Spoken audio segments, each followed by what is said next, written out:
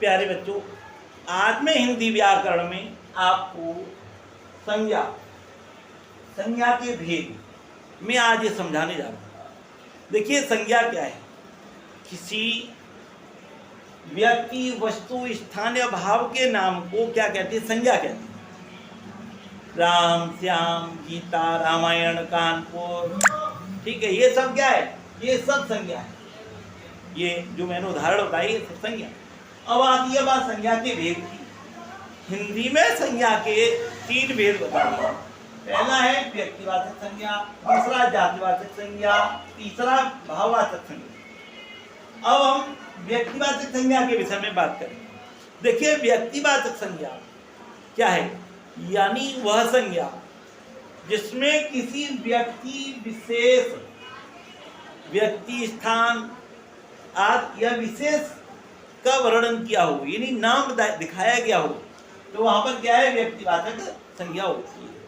व्यक्तिवाचक जैसे राम, रामायण, गीता, कानपुर, आगरा, ये सब क्या है? ये सब व्यक्तिवाचक संज्ञा।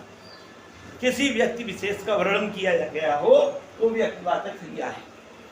अब जातिवाचक संज्ञा जिसमें किसी विशेष जाति का बोध हो, संज्ञा का वह रूप जिससे किसी विशेष जाति का बोध होता है, उसे जातिवाचक संज्ञा कहते हैं। अब जातिवाचक संज्ञा में मनुष्य, स्त्री, कुत्ता, जानवर, चिड़िया, ये सब क्या है? ये सब जातिवाचक संज्ञा में आती है और ये जातिवाचक संज्ञा है। अब भाववाचक संज्ञा जिनसे किसी विशेष यानी विचार या भाव का बोध होता है, वे शब्द, वे संज्ञाएं जिनसे किसी विशेष भाव या विचार का बोध होता है, उनको हम भाववाचक संज्ञा कहते हैं। जैसे अच्छाई, बुराई, लड़कपन, मिठास, बनावट, ये सब क्या है? ये भाववाचक संज्ञा में आती है। तो अब देखिए, एक बात बता दें, अंग्रेजी ग्रामर में संज्ञा को 5 रूपों में दिखाया है, 5 भेद दिखाए हैं। कौन कौन से? Proper noun, common noun, abstract noun, collective noun और मटेरियल नाउन।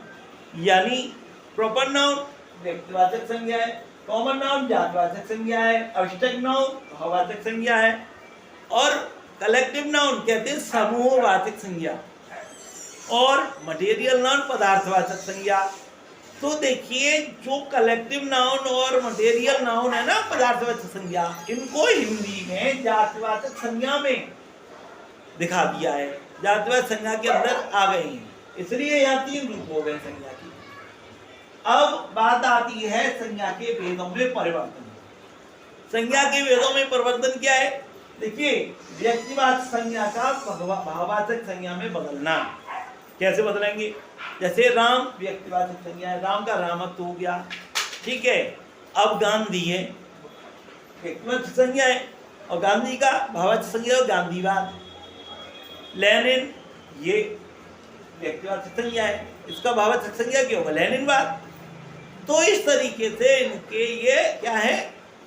ये बदले हुए रूप भाववाचक संज्ञा। अब जातिवाचक में जैसे लड़का का लड़कपन, स्त्री स्त्रीत्व, ठीक है, और भी है, ठीक है ना, जैसे कि दोस्त दोस्ती, ठीक है, और बच्चा बचपन। तो इस तरीके से क्या है? ये जातिवाचक संज्ञा को भाववाचक संज्ञा इस तरीके से बदलती है, ये रूप में होती है। अब आती है सर्वनाम, विशेषण, क्रिया, अव्यय से भाववाचक संज्ञा कैसे बदलते हैं, कैसे परिवर्तन होता है। तो भी आज देखिए, जैसे कि सर्वनाम है निज, तो निज का भाववाचक संज्ञा क्या होगी? निजत्व, ठीक है, पराया, परायापन, ठीक है, स्वजन, तो ये क्या है? ये सर्वनाम की है। विशेषण में जैसे अच्छा का भाववाचक क्या होगा? अच्छाई, ऊंचा, ऊंचाई, ठीक है, और भी है, ठीक है। तो इसमें यानी विशेषण के ये भेद होती है, ठीक है ना। उदारता, ठीक है ना। तो और कुशलता, ये सब क्या है? ये सब विशेषण के भेद है, यानी विशेषण से भाववाचक में बदलते हैं, इस तरीके से रूप होती है। अब आता है क्रिया। अब क्रिया जैसे बनाना, बनाना का भाववाचक क्या होगा? बनावट। सजाना का सजावट, ठीक है। और जैसे कि उतारना, उतार, ठीक है।